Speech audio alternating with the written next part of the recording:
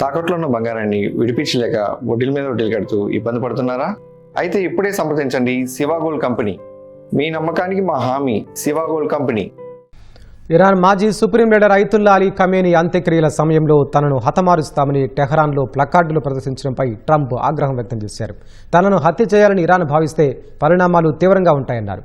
ఇరాన్పై దాడి చేసేందుకు 1000 క్షిపణులు లోడ్ చేసి సిద్ధంగా ఉన్నాయని ట్రంప్ హెచ్చరించారు. ఆ తర్వాత మరిన్ని వేల క్షిపణులు వచ్చి ఇరాన్కు తాగుతాయని పేర్కొన్నారు. ఈ మేరకు అమెరికా సైన్యానికి ఆదేశాలు జారీ చేసినట్టు ట్రూత్ సోషల్లో ట్రంప్ పోస్టు చేశారు.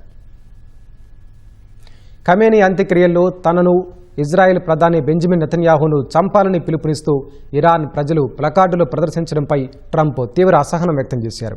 ఇరాన్ ప్రభుత్వం తనను హత్య చేయాలని చూస్తే ఆ దేశంపై 1000 క్షిపణులు దాడి చేసేందుకు లోడ్ చేసి సిద్ధంగా ఉన్నాయని ట్రంప్ హెచ్చరించారు.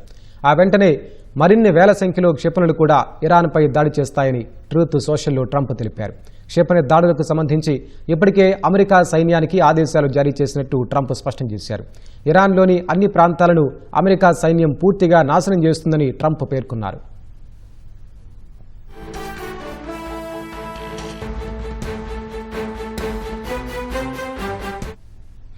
అంతకుముందు మీడియాతో మాట్లాడిన ట్రంప్ తనను చంపడంలో ఇరాన్ సఫలమైతే తదుపరి ఏం చేయాలన్న దానిపై ఇప్పటికే అధికారులకు సూచనలు జారీ చేశారన్నారు. తనకు ఏదైనా జరిగితే ఇంతకు ముందెన్నడూ లేనంత భారీ స్థాయిలో ఇరాన్పై బాంబులు వర్షం కురిపించాలని ఆదేశించినట్టు చెప్పారు.